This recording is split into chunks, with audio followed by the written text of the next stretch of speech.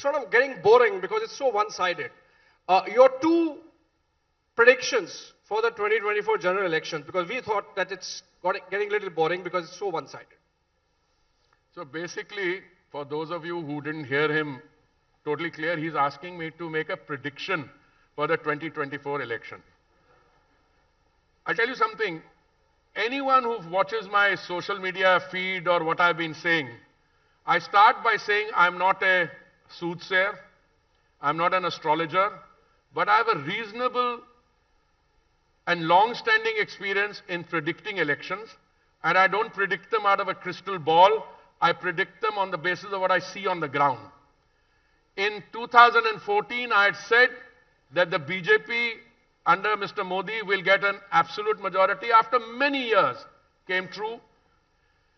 In 2019, I had predicted that we will cross the 300 mark, and we did. We reached 303.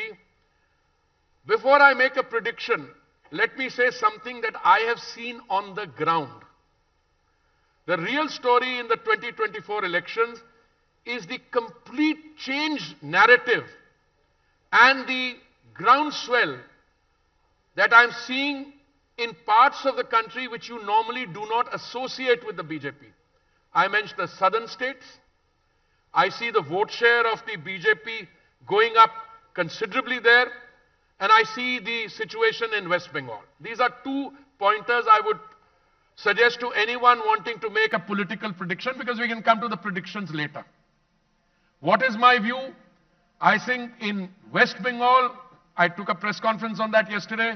I think the women voters, after they've been subjected to the kind of atrocities in Sandesh Khali, they will give an answer to the TMC from the ballot box. Point 1.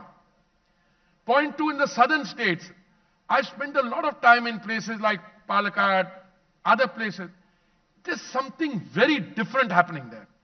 I saw a report today that a former chief minister's daughter has joined the BJP. This is just a small pointer. But what I see in interaction, I've been going to a lot of events which have under 25-year-old, those who are the first-time voters. And I see a major change in response there.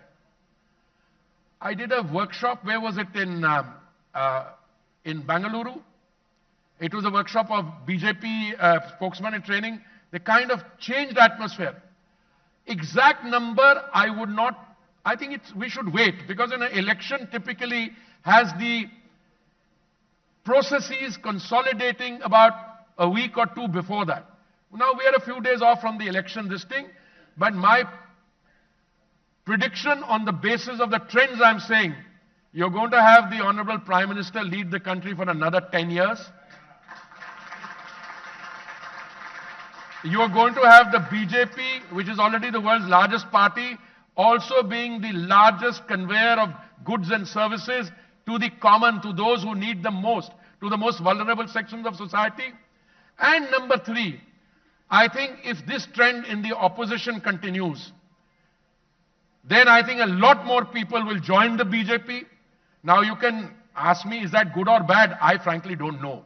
But I think people come to and gravitate towards a political party because they see, not only for themselves, but they see through the party, an opportunity for Samaj Seva, Desh Seva. And I think Mr. Modi has been able to drive one message very firmly home, that good governance is good politics. Today we are talking to people on the basis of what they've received and on the basis of what more likely is to come in the years ahead.